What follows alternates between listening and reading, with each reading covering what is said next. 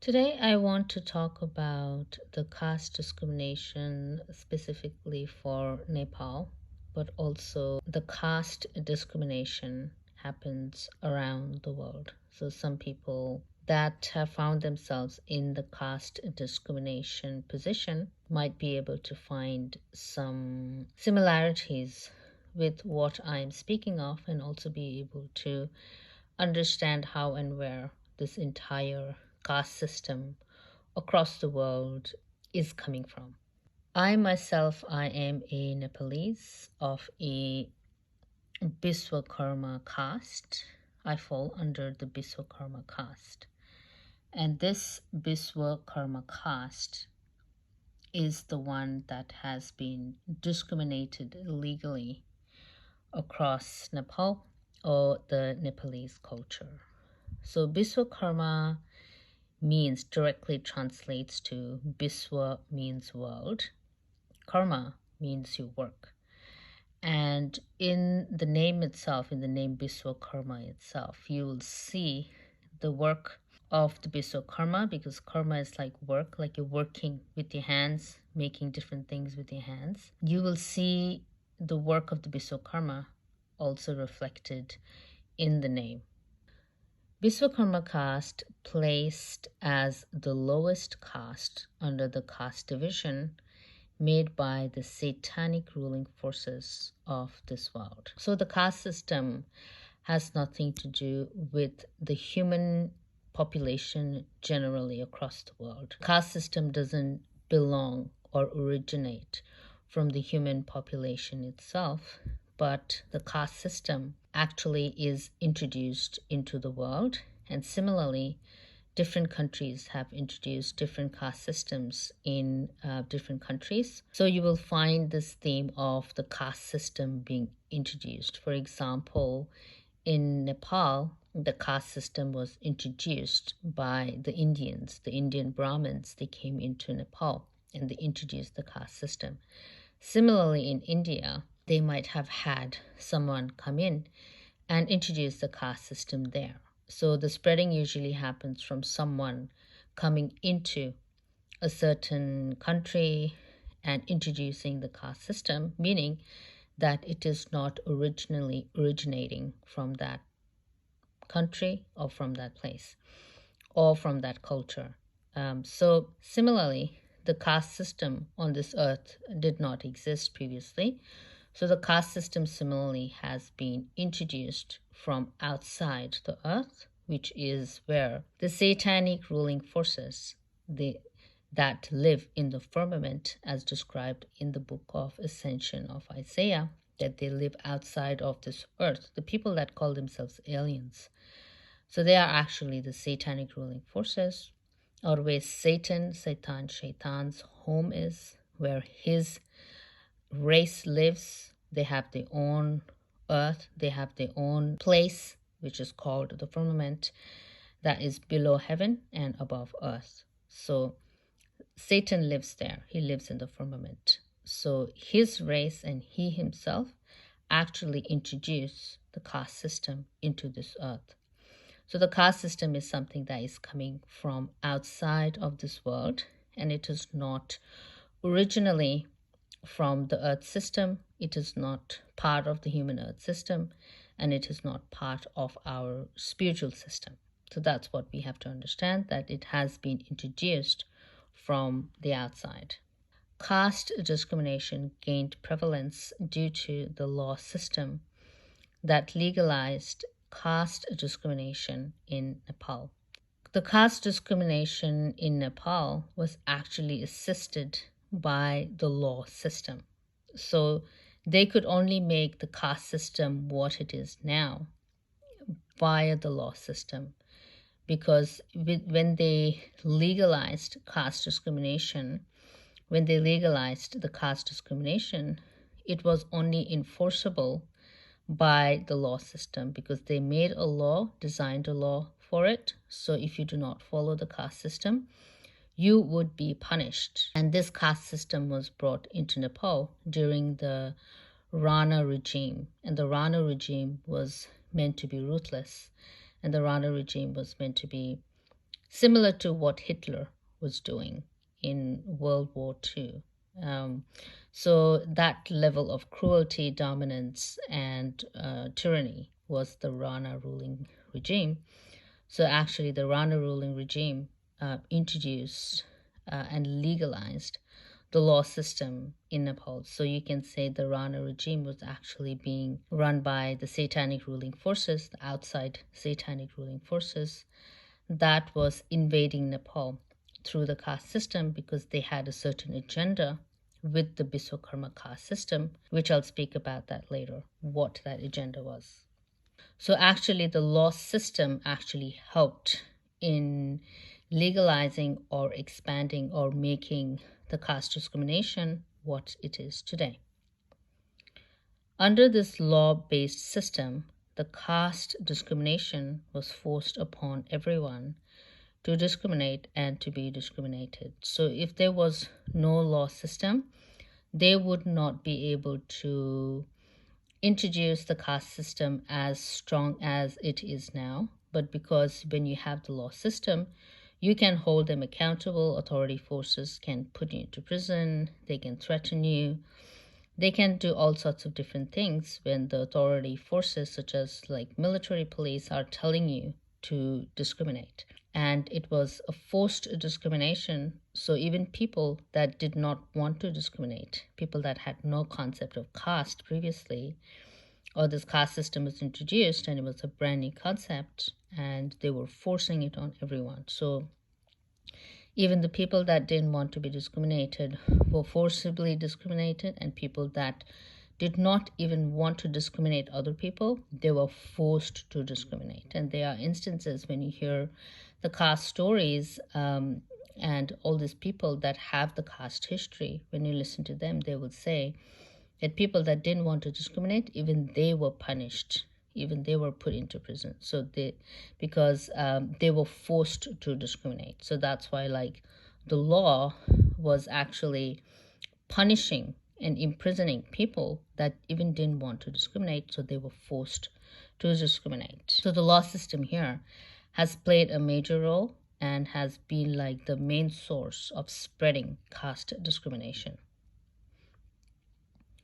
Those that didn't discriminate were punished and forced to follow the discrimination-based law. People that didn't want to discriminate had no concept of caste. They were not even Brahmins, but they were actually forced to discriminate under the discrimination-based law set up during the Rana regime. Today's prevalence of making caste discrimination illegal is well spoken of, but initially it was the law system that subjected everyone into discrimination.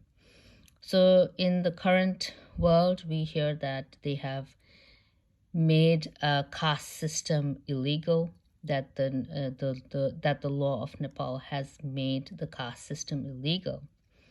But that we hear about a lot. Oh, the law is like supporting the Vishwakarmas, they're supporting the caste discrimination.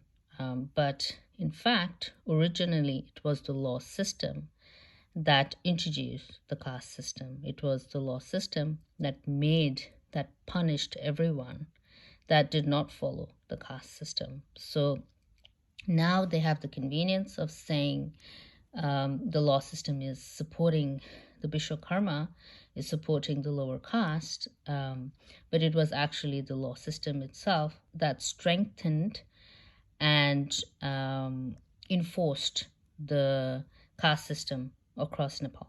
So that's what we have to understand. So this is when they say the law system is helping the lower caste.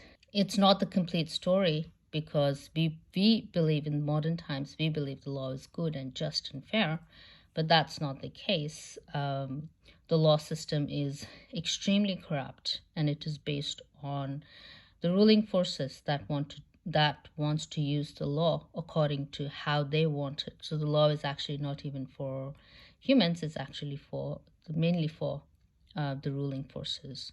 So we have to get a clear picture of what the law is doing and what the law is capable of, and how they are not speaking of the full picture of how the law system can actually implement caste systems or other things that are enforced upon people by just setting up a law.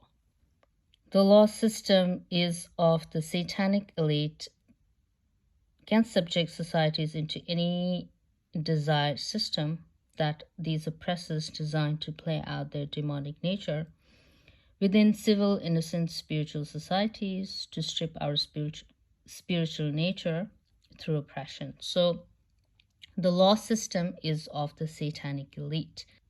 Anything based on very complicated intelligence. The intelligence almost sounds retarded. So the law system is very complicated, and even the people that study law do not agree with everything. Even the law doesn't agree with the law system, and the law system is taught as incomplete. If you go and into universities, when they teach you the law system, no one agrees because it is a satanic system, and it doesn't make any sense because it's retarded, because it is based on someone else's selfish motives, and it has nothing to do with the law. Someone is just using and creating this law system to play out their own ego, to play out their own agendas, and it has nothing to do with what they portray the law system to be fair and just and legal.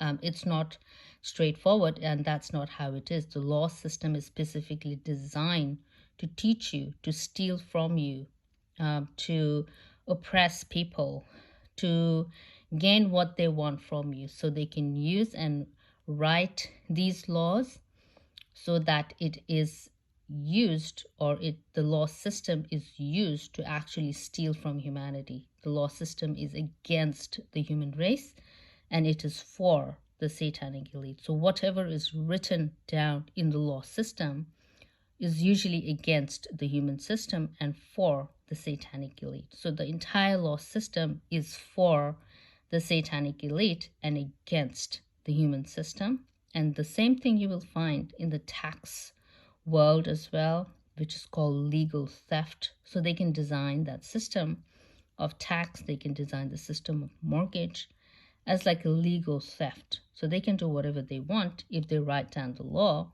and legalize it because they own the law system, and they can create whatever law they want, and they can take how much ever money they want from us. And sometimes they can even steal our spiritual identity. They can even steal our caste. So that's how the law system works. Over here it says, can subject societies into any desired system that these oppressors design to play out their demonic nature within civil, innocent, spiritual societies to strip our spiritual nature through oppression. So they can subject societies into any desired system. So whatever they want from you, they can create a law and come and take it away from you. If they want your caste, they can take away your caste. If they want to take away your gender, they can create a law system, take away your gender. If they want to take away half your income, they can create a law system to take away half your income. So that's what it means, that they can subject societies into any desired system. They can create any oppressive laws. They can design any oppressive laws to play out their demonic nature, to play out the egoistic, selfish nature and steal from us. And that's the premise. That's what we have to understand. It's like they are based on human loosh, and they want to steal from us. And who is they? The satanic elite that have their law system on this earth. So this is not fictional. These are real things. And these are based on very complicated intelligences, that the language is not straightforward, and they can twist and turn the language to win a case. So it's not even a legitimate thing. The law system in itself is not a legitimate thing. A doesn't mean A. A could mean B, C, D, E, F, G, Q, R, 1, 2, 3. A could mean anything. So the law system is not straightforward. So you can do anything. You can play with the law system. You can play with the rules, and you can change it according to what you want. And that's why the language is on purpose made very complicated, because it could mean many things. It doesn't mean one single thing. And that's why it is retarded, because it is not straightforward, and it doesn't mean what it means.